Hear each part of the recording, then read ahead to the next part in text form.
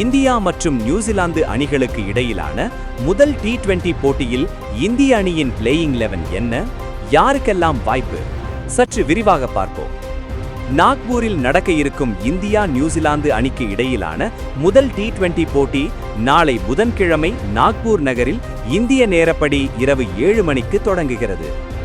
ஒருநாள் தொடரை இந்திய அணி இழந்த நிலையில் T20 தொடரை கைப்பற்ற வேண்டிய உத்வேகத்துடன் சூரியகுமார் யாதவ் தலைமையில் வீரர்கள் களமிறங்குகின்றனர்.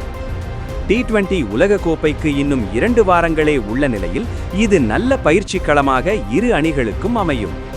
சஞ்சு சாம்சன், இஷான் கிஷன் போன்ற வீரர்களுக்கு வாய்ப்பு வழங்கப்பட்டிருக்கிறது.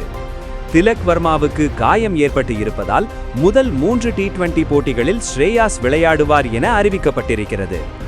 இந்த நிலையில் முதல் T20 போட்டியில் இந்திய அணியின் பிளேயிங் 11 எவ்வாறு இருக்கும் என்பதை தற்போது பார்க்கலாம்.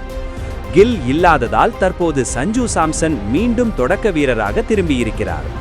இதன் மூலம் அபிஷேக் சர்மா, சஞ்சு சாம்சன் இருவரும் தொடக்க ஜோடியாக விளையாடுவார்கள். 3வது வீரராக இந்திய அணி கேப்டன் சூரியகுமார் யாதவ் களமிறங்கக்கூடும். தற்போது திலக் வர்மா காயம் காரணமாக விலகிய நிலையில் 4ஆம் இடத்தில் ஸ்ரேயாஸ் அல்லது இஷான் கிஷன் போட்டி போடுவார்கள். 5வது இடத்தில் ஆல்ரவுண்டர் ஹர்திக் பாண்டியா விளையாட அதிக வாய்ப்பு உள்ளது.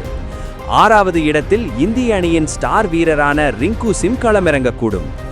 7வது இடத்தில் ஆல்ரவுண்டரும் துணை கேப்டனுமான அக்சர் பட்டேல் களமிறங்க அதிக வாய்ப்பு உள்ளது. 8வது இடத்தில் சிவம் துபே விளையாட அதிக வாய்ப்பு இருக்கின்றது. 9வது இடத்தில் ஆர்ஸ்தீப் சிங்கும் 10வது இடத்தில் பும்ராவும் விளையாடக்கூடும். 11வது இடத்தில் வருண் சக்கரவர்த்திக்கு வாய்ப்பு வழங்கக்கூடும். ஒருவேளை இந்திய அணி 3 சுழற்பந்து வீச்சாளர்களை பயன்படுத்த வேண்டும் என நினைத்தால் ஆர்ஸ்தீப் சிங் பதில் குல்தீப் யாதவை சேர்க்க வாய்ப்பிருக்கும்.